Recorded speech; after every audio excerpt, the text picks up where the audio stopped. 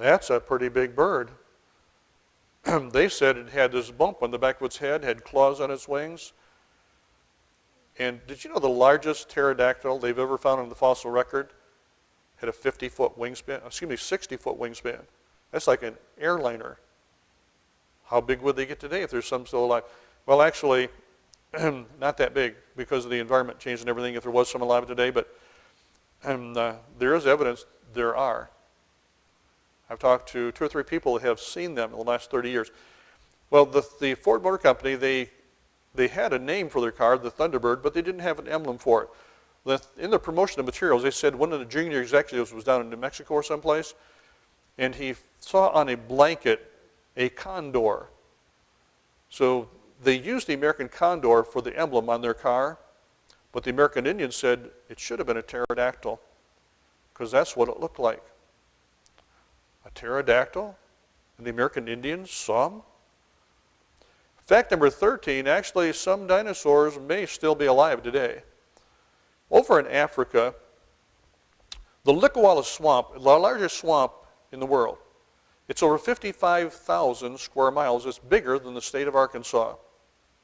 80% of it is unexplored. They don't go in there much because of the poisonous snakes and big crocodiles and stuff. But there have been reports coming out of that swamp for over 100 years of land dinosaurs living in that swamp. Here's a picture of a 3-toed dinosaur track.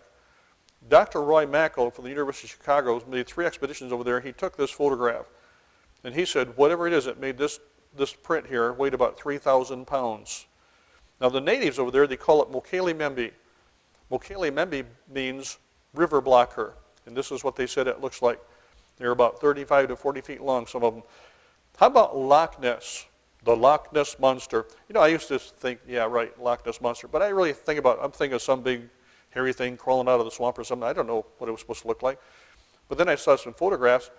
You know, actually there's been over 11,000 people that say they've seen Loch Ness. That's a lot of people. You know, when you get 11,000 people saying they're seeing something, probably somebody's seeing something. May not be what they think they're seeing, but they're seeing something, okay? This is an underwater photograph taken by the Academy of Applied Science in Boston, Massachusetts in 1975. They had a camera underneath the water with a triggering device. If anything swam close to it, it would snap a photograph. Whatever they would buy this camera this day, it had a head, see that long neck, and 4 flippers. And they said the front flipper was about 6 foot long. That's pretty big. Their game warden over there, their water bailiff, Alexander Campbell, he said that in 47 years, he's seen Nessie 18 times, and sometimes there's been a baby one with it. Don't tell me there's no dinosaurs living there, he says. And see, he doesn't say much about it because he wants to protect it. But I've heard that many believe they mostly come out just at night to feed because they're so afraid of humans and they're very sensitive to sound. And it's down there in the bottom of Loch Ness, there's these big, deep crevices. You see, there's only a road on one side. It's 24 miles long. When they cut out a road in the 1930s on one side, then you start seeing have these reports of the Loch Ness Monster. And the water washing down the hillside turns the water dark brown. The peat and stuff turns the water dark brown. They said, well, they tried several submarine attempts. It says, like looking through a cup of coffee, you can see the front of your submarine. How are you going to see something under the water? Now, they've tried sonar using radar, but if they hear you coming, they can hear it. Sound travels a long ways underwater. They hear you coming from a long ways off, and they're going to disappear and hide somewhere. But on one of the PBS channels several years ago, they had it was about 5 years ago, they actually tracked something about between 16 to 18 feet long. They tracked it for a few seconds and then lost it, and they turned around and come back. He said, well, whatever it was moving, and it's gone now. They didn't think anything that big lived in there. Well, people are seeing it, okay? You know, it's not just in Scotland. Here's this map here, the little dots there on the creatures of the Irish Lakes look like dinosaurs, like Loch Ness. How about Ogopogo, the Lake Okanagan monster? Here's Caddy, the Cadborough Bay monster up in the Vancouver area. In Sweden, they have one there, just like Loch Ness in a deep lake over there. Now here's a photograph taken from a frame of a video in Lake Van in Turkey. They had on CNN, this thing was about 35 to 40 feet long, dark brown in color. Scientists examined, looked at the videotape, and they said, whatever it is, it's not mechanical. It's a live creature. In fact, Jacques Cousteau was going there 2 weeks before he died, and then the canceled expedition, I guess. How about the English Channel sea serpent? You know, about this time, you probably have not heard of most of this before. Often, the National News Service puts this out, but it's up to the local TV stations to pick up on it, and often they don't. They usually don't. I know I've talked to a man in a church who works to run the local TV stations. How about the English Channel sea serpent? We mentioned that. How about USO? Over in China, they call them USOs, unidentified swimming objects. The serpent sighted in the Potomac, Chesapeake Chessie, striking a resemblance to Loch Ness. Off the coast of Pensacola, Florida, there have been dozens of reports. Here's a sketch what the one there looks like. The Flathead Lake monster in Montana. Lake Champlain, this 120-mile-long lake, it's about 15 miles wide in places, very deep in places. Between New York and Vermont, back a few years ago, they wanted to make this one of the Great Lakes, but there have been over 300 documented accounts of people seeing this creature. This picture was taken by a born-again Christian lady, Sandy Mancy, in 1977. Her and her husband and 2 kids watched it for about 10 minutes.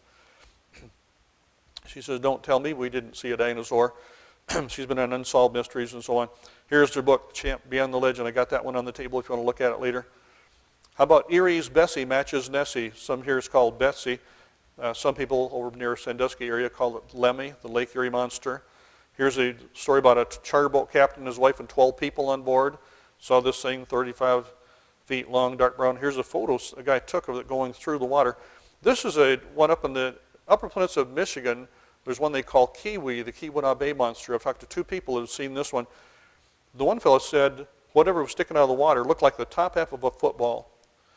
So it was about 6 feet long altogether sticking out of the water. It was about 3.5 foot wide. And the front part seemed to kind of go from side to side like there was a neck or something under the water looking for fish or something. Then it just went out in deep water and disappeared. I called the DNR about this, and they said, anybody reporting anything like this up here? And I described it to him. He said, no, nobody's seen anything like that. I said, well, I just talked to 2 people this week that have. Well, if they're seeing something like that, they're not telling us about it. I said, well, what do you think it is? Oh, probably a sturgeon. A sturgeon? Well, what do you think it is? Oh, that's okay, you wouldn't believe me anyway. In the last 30 years, there have been several sightings in Pontiac Lake in Michigan. Talked to some of the elderly people there, what they've seen. I talked to one fellow, and he went swimming there once when he was about 8 years old, and there was a series of humps coming towards him, stuck out of the water about 2 foot, started coming towards him, and he screamed and yelled and ran out of there, said he has never gone back there swimming again. Now, this is a Reuters news agency put this out in 2002 about a bird the size of a small airplane was recently spotted flying over southwest Alaska, puzzling scientists. The Anchorage Daily News reported this week, like something out of the movie Jurassic Park, had a wingspan of 14 feet. I had a man come up to me in one of my seminars, and he said, have you been talking to these airline pilots who are seeing these great big birds? And I said, no. He said, I'm telling you, they're seeing them with about a 20-foot wingspan. And they say that they're up really high, so you wouldn't see them on the ground, but they seem to be migrating like from Saskatchewan to maybe Mexico. No, I haven't heard about that, but I'll read this article about them. There are actually over 200 places around the world still reporting dinosaur-like creatures still alive today. So please be careful crossing the parking lot after church. Okay, no, I'm just kidding. There are not that many. There's a few out there in some deep lakes and stuff, but now, fact number 14, if you're saved, you might have a dinosaur for a pet someday. See, one of these days, the creator of the universe, the Lord Jesus Christ, is going to come back down here. He's going to make this earth like it was in the Garden of Eden. It says, the wolf shall dwell with the lamb, the leopard lie down with the kid, and a little child shall lead them. Lions and tigers and bears, oh my, and I can play with them, and they won't hurt me? Perfectly tame. Probably tamer than your puppies or kittens are today.